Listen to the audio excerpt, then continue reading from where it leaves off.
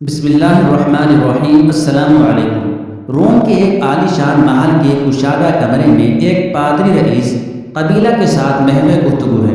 گفتگو کا محور عیسائیت ہے کہ رفتہ رفتہ اس کے مخالفین میں اضافہ ہوتا جا رہا ہے اور بے شمار لوگ حضرت عیسیٰ علیہ السلام کے نبی ہونے کا انکار کرنے لگے ہیں۔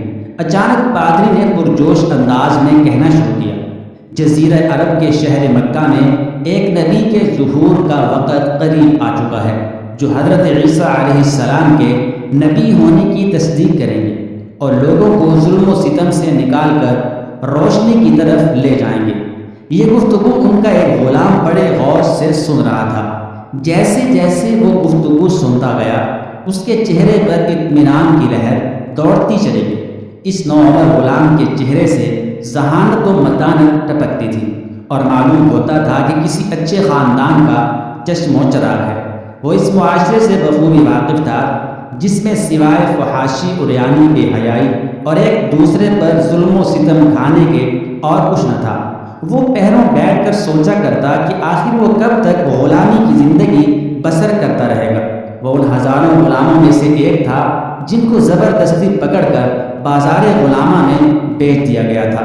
کبھی کبھار اس کو اپنا ماضی یاد آتا، اپنی مادری زبان یاد آتی جس کو وہ آہستہ آہستہ بھول رہا تھا، اور رومیوں کی زبان اس کی مادری زبان پر غالب آ رہی تھی۔ اب اس کی عمر 30 سال سے اوپر ہو چلی تھی۔ بھرپور جوانی اس سے بار بار مطالبہ کرتی تھی کہ وہ غلامی کی زنجیروں کو توڑ ڈالے۔ آخر وہ ایک بڑے باپ کا بیٹا تھا جو کبھی ایک بستی پر حکمران تھا۔ وہ اس دن کو کبھی نہیں بھول سکا تھا کہ جب وہ اپنی والدہ کے ہمراہ سیر و تفریح کے لیے فرات کے کنارے کسی بستی میں ٹھہرا ہوا تھا۔ اس کا والد سنان النمیری ایران کے بادشاہ کسریٰ کی جانب سے عراق کی ایک بستی کا گورنر تھا اور خالص عربی النسل تھا۔ اس کی والدہ بھی عرب کے مشہور قبیلے بنو تمیم سے تعلق رکھتی تھی۔ والدہ کی طرح اس کا باپ بھی اس سے شدید محبت کرتا تھا۔ گورنر کا بیٹا ہونے کے ناطے اس کا بچپن بڑا خوبصورت اور خوب ناز و نام میں گزرا تھا۔ بچپن سے وہ تیر اندازی کا ماہر تھا، تلوار کے کرتب دکھاتا اور دوڑنے اپنے ساتھیوں سے آگے نکل جاتا۔ اس کی عمر 15 سال ہو چکی تھی مگر وہ اپنے ڈیل ڈول کے اعتبار سے اپنی عمر سے کہیں بڑا نظر آتا تھا۔ اس زمانے میں اس وقت کی دو بڑی طاقتوں ایران اور روم میں مسلسل لڑائی رہتی تھی۔ کبھی ایک کا پلہ بھاری ہو جاتا تو کبھی دوسرے کا۔ ایک دوسرے کے علاقوں میں شب خون مارے جاتے، مال و متاع لوٹ لیا جاتا، عورتوں کو لونڈیاں اور مردوں کو غلام بنا لیا جاتا۔ اس نوجوان کے ساتھ بھی ایسا ہی ہوا۔ یہ اپنے وطن سے کچھ فاصلے پر تھا کہ اچانک رومی لٹیروں نے شب خون مارا، سامان لوٹ لیا، کتنے ہی قتل ہو گئے اور بقایا کو گرفتار کر کے غلام بنا لیا گیا۔ ان گرفتار ہونے والوں میں یہ نوجوان بھی شامل تھا جو مختلف لوگوں کے ہاتھوں بکتا بکاتا روم پہنچ گیا تھا۔ عرب غلامی کی زندگی گزار رہا تھا۔ مقامی زبان پر خوب دسترس حاصل ہو چکی تھی اور عربی زبان آہستہ آہستہ بھول رہا تھا، مگر جب وہ اپنے ماضی پر غور کرتا تو بے اختیار کہہ اٹھتا کہ میں عربی النسل ہوں اور صحرا کا بیٹا ہوں۔ یہ نوجوان مشہور صحابی رسول صلی اللہ علیہ وآلہ وسلم حضرت سہیب رومی رضی اللہ تعالیٰ عنہ تھے۔ ان کی کنیت ابو یحییٰ تھی اور ان کے بارے میں عموماً یہ تصور پایا جاتا تھا کہ وہ رومی النسل تھے۔ پادری سے اللہ تعالیٰ کے رسول صلی اللہ علیہ وآلہ وسلم کی آمد کی بشارت سنی تو مکہ کی طرف بھاگنے کا منصوبہ بنایا۔ چنانچہ ایک لمبی جد و جہد کے بعد وہ مکہ پہنچ گئے۔ ان کے سر کے بال سرخ تھے۔ رومی زبان بھی عربی زبان پر غالب آ چکی تھی، لہذا مکہ والوں نے ان کا نام سہیب رومی رکھ دیا۔ مکہ کے سادات میں سے عبداللہ بن جدعان کی کفالت میں کاروبار شروع کیا اور جلد ہی ان کا شمار امیر ترین تاجروں میں ہونے لگا۔ تجارت کے ساتھ ساتھ حضرت سہیب رضی اللہ تعالیٰ عنہ اپنے مقصد کو کبھی نہیں بھولے۔ ایک دفعہ ایک لمبے تجارتی سفر پر انہیں جانا پڑا۔ جب سفر سے واپس آئے تو لوگوں نے بتایا کہ ایک شخص محمد بن عبداللہ نے نبوت کا دعویٰ کیا ہے اور وہ لوگوں کو مکارم اخلاق کا درس دیتے ہیں، نیکی کی دعوت دیتے ہیں اور برائی سے منع کرتے ہیں، ایک رب کی طرف بلاتے ہیں اور غیر اللہ کی پوجا سے روکتے ہیں۔ حضرت سہیب رضی اللہ تعالی عنہ نے پوچھا کہیں وہی تو نہیں جن کا نام امین ہے؟ جواب ملا ہاں وہی۔ مزید تصدیق چاہیے، اچھا جن کو صادق بھی کہا جاتا ہے؟ لوگوں نے کہا ہاں وہی ہیں۔ تو ان سے کہاں ملا جا سکتا ہے؟ کیسے ملاقات ہو سکتی ہے؟ ان کا پتہ اور ٹھکانہ کیا ہے؟ حضرت شعیب رضی اللہ تعالی عنہ نے پوچھا۔ اللہ کے رسول صلی اللہ علیہ وآلہ وسلم ان دنوں صفا پہاڑی کے دامن میں واقع ارقم بن ابی ارقم کے گھر دار ارقم کو اسلام کی دعوت و تبلیغ اور تعلیم کے لیے خاموشی سے استعمال کر رہے تھے۔ کسی بہی خان نے پتہ بتایا اور ساتھ ہی کہا کہ ذرا دیکھ بھال کر جانا کہیں قریش کو پتہ نہ چل جائے، کیونکہ وہ اس دعوت کے سخت مخالف ہیں، اور اگر اسلام قبول کرنے والے کا طاقتور قبیلہ نہ ہو یا غلام اور کمزور ہو تو اسے خوب مارتے اور تنگ کرتے ہیں۔ اور پھر ایک دن حضرت صہیب رومی رضی اللہ تعالیٰ عنہ دار ارقم پہنچ گئے۔ گھر میں داخل ہونے لگے تو حضرت عمار بن یاسر رضی اللہ تعالیٰ عنہ نظر آئے۔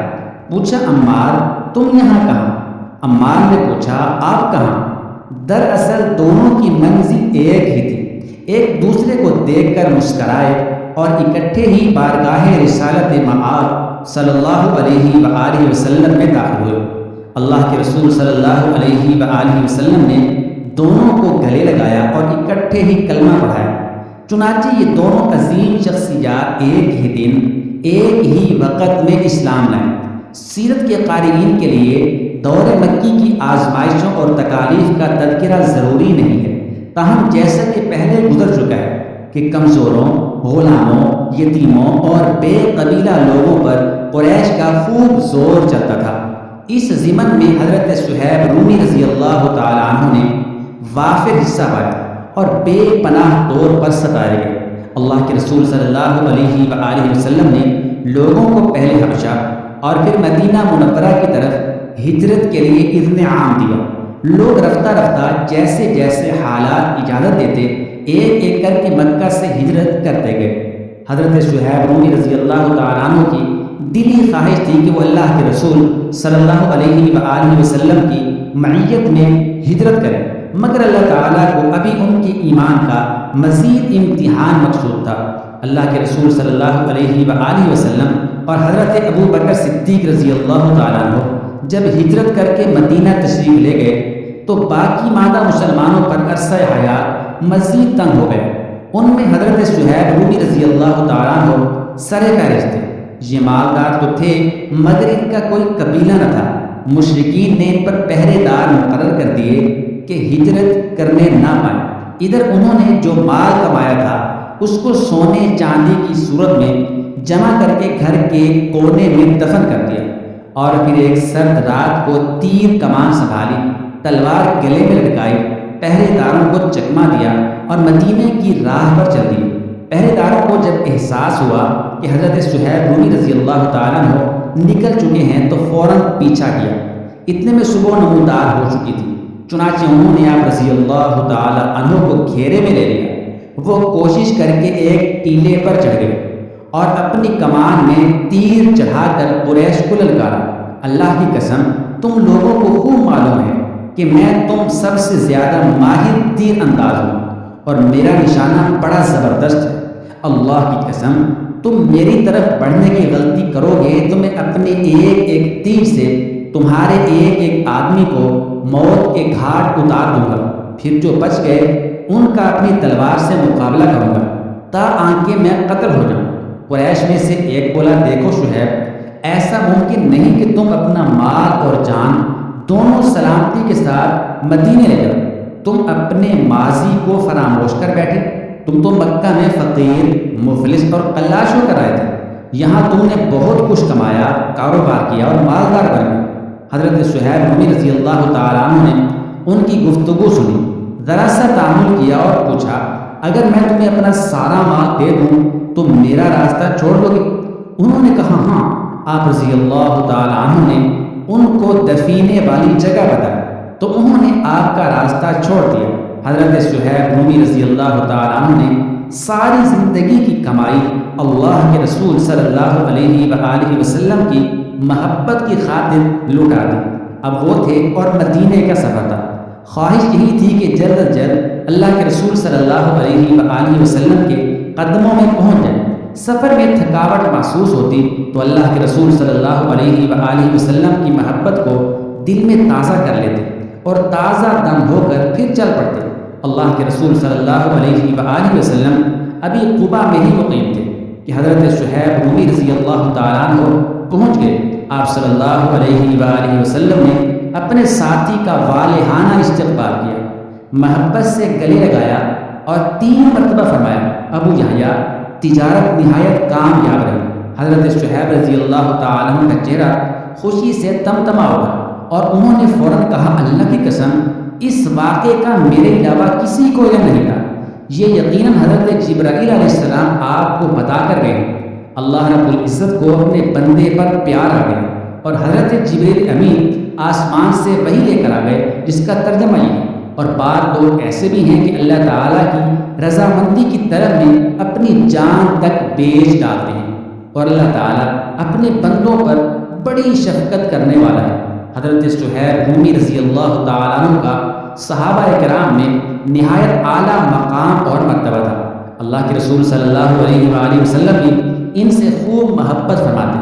بعض اوقات ہنسی مذاق کی نوبت بھی آ جاتی، لیکن یہ ایک اسلامی معاشرے کا لطیف مزاح ہوتا۔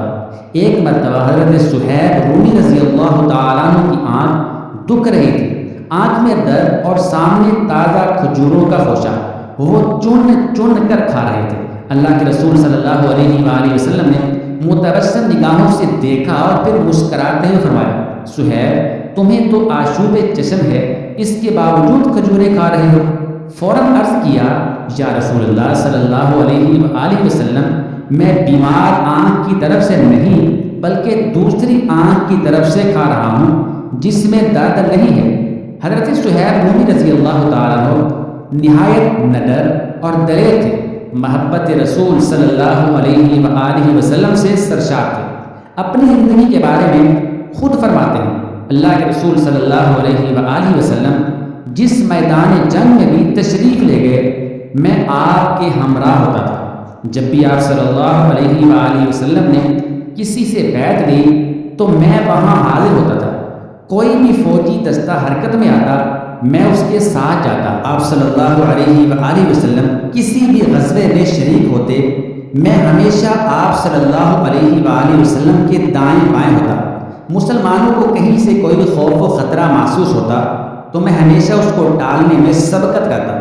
کبھی ایسا نہیں ہوا کہ دشمن کو اللہ کے رسول صلی اللہ علیہ وآلہ وسلم کے قریب بھٹکنے دیا ہو۔ حضرت شہیب رومی رضی اللہ تعالیٰ عنہ اتنے سخی تھے کہ جو مال بھی ملتا اس کو مستحقین میں تقسیم فرما دیتے۔ دسترخوان نہایت وسیع تھا، مسکین، یتیم، قیدی، مسافر بھی شریک طعام ہوتے۔ وہ نبی صلی اللہ علیہ وآلہ وسلم کے اس فرمان پر عمل پیرا رہتے تھے جس میں آپ صلی اللہ علیہ وآلہ وسلم نے فرمایا، اے لوگو آپس میں خوب سلام پھیلایا کرو اور کثرت سے کھانا کھلایا کرو۔ حضرت عمر فاروق رضی اللہ تعالیٰ عنہ پر جب قاتلانہ حملہ ہوا تو آپ رضی اللہ تعالیٰ عنہ نے اپنے مسلح پر حضرت شہیب رومی رضی اللہ تعالیٰ عنہ کو کھڑا کیا، بلکہ حکمت فرمایا کہ لوگوں کو نماز شہیب رومی رضی اللہ تعالیٰ عنہ پڑھیں، حالانکہ اس وقت دوسرے کبار صحابہ کرام موجود تھے۔ آپ رضی اللہ تعالیٰ عنہ کا انتقال مدینہ منورہ میں سن 38 ہجری میں ہوا۔